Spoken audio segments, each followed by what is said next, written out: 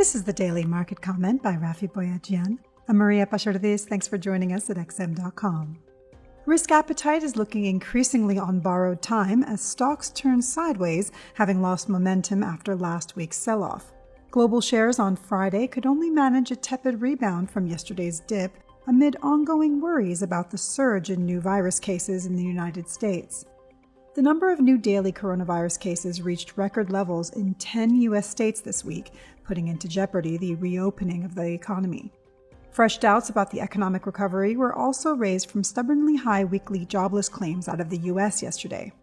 There was better news elsewhere, however, as China said the outbreak in Beijing has been contained. The mixed news flow kept today's gains in equity markets in check, with S&P 500 E-mini futures indicating a 0.5% rise at the open today.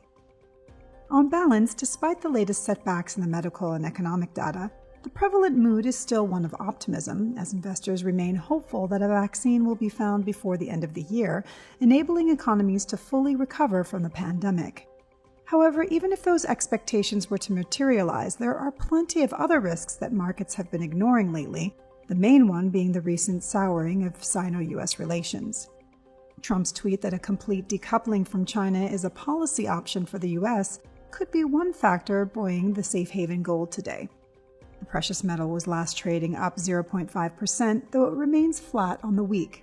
The U.S. dollar and yen, on the other hand, have had a clearer trend, moving steadily higher since Tuesday as the rebound in stocks fizzled out. The weakening risk-on tone has been a major drag on the euro and pound, as well as the commodity-linked dollars. The euro hovered around the $1.12 level, as it's looking unlikely that a deal on an EU fiscal package will be reached before July at the earliest. The pound slid sharply after the Bank of England struck a somewhat hawkish tone at its policy meeting on Thursday. As expected, the bank added £100 billion to its bond purchases, but its policy statement hinted at no further stimulus for the rest of the year. This was today's Daily Market Comment. Thanks for joining us at XM.com.